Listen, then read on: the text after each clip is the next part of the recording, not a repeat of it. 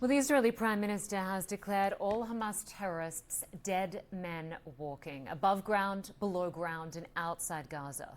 Benjamin Netanyahu, in a televised national address, claimed the Israeli military is raining hellfire down on Hamas and that thousands of terrorists have already been eliminated. He added that Israel is recruiting the support of world leaders because Hamas is ISIS and ISIS is Hamas. The Israeli Prime Minister also said that preparations for a ground incursion are underway, but gave no other details. And for the first time since the Hamas assault, Prime Minister Netanyahu spoke about his own role in the security breakdown that failed to prevent the worst terror attack in Israeli history. Citizens of Israel, the 7th of October is a dark day in our history. We will fully clarify what happened on the southern border and in the area adjacent to the Gaza Strip. This failure will be investigated thoroughly. Everyone will need to provide answers, myself included. But all of this will happen only after the war.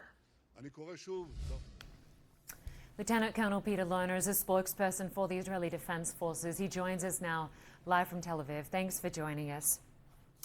So you've had tanks and tens of thousands of soldiers on the border with Gaza. Despite a speedy mobilization, the offensive hasn't happened yet. Can you explain why not? There are basically two conditions for a ground operation. And first of all would be the government's instruction to mobilize. So we heard Prime Minister Netanyahu speak yesterday of a broad consensus in the cabinet. I think that relates to that decision that needs yet to be made. And the second one would be the operational or the optimal operational conditions for our advance. We did conduct overnight, and as you just reported it, a large raid, still limited in scope, but it was a clear and sweep operation intended to create better terms for ground operations if and when that comes in. We actually engaged the enemy, killing some terrorists that were planning to conduct attacks against us with anti-tank guided missiles. And indeed, we are continuing our operations on the ground in order to be prepared for that decision if and when it comes. Can you tell me more, Lieutenant Colonel, about that targeted raid in northern Gaza? I understand militant cells, infrastructure, terrorists were killed. Do you have any numbers? We're still picking up on the numbers, Linda. It's obviously the fog of war in the immediate aftermath of an operation is still clearing, but we had engaged and the forces are reporting successes. Thankfully, no injuries or casualties to our forces, which implies that we are operating with strength, with precision, and also projecting that power forward, looking forward to the potential ground operation. The limited sweep and clear operation is, it's demining because there are explosive devices. It's seeking out terrorist hiding positions that they could be trying to set up an ambush for our forces if and when we mobilize. So these types of operations, and we've been doing them on a smaller scale for the last week or so, these type of operations I expect will continue to accompany us in the next few days. They're limited in scope, but they're lethal, and they are very, very targeted missions intended in laying the ground for a potential ground operation. I mean, in terms of a ground invasion, we have spoken to experts on Hamas who say the IDF would be walking into a trap should that happen. Do you fear that could be the case? No, not at all. The situation on the ground is one where Hamas decided to launch a war against the people of Israel, brutally massacring, butchering, raping, beheading over 1,400 people, and the number still continues to go up as we collect bodies from the field.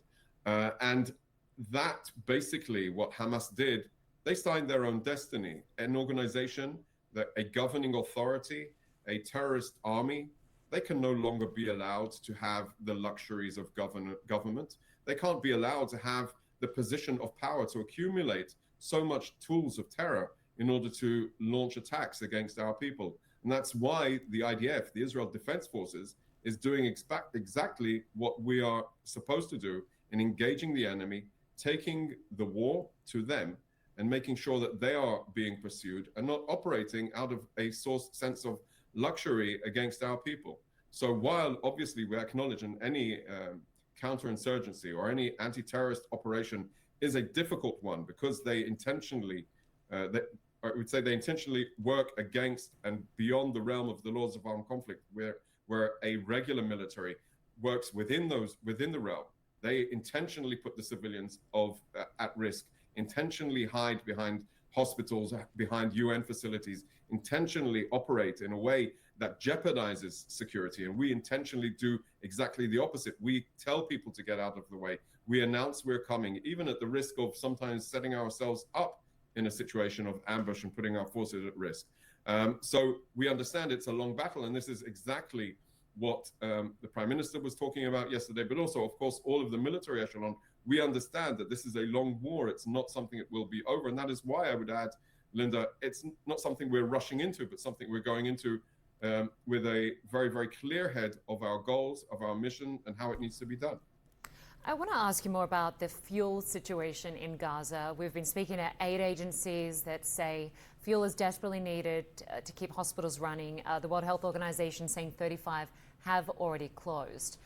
CNN spoke to an energy analyst firm who says it's impossible to tell from the photo that the IDF tweeted about how much fuel is in those tanks in Gaza, or even what kind of fuel it is. Can I ask you what the IDF is basing its claims on here, that Hamas has plenty of fuel, 500,000 litres of it?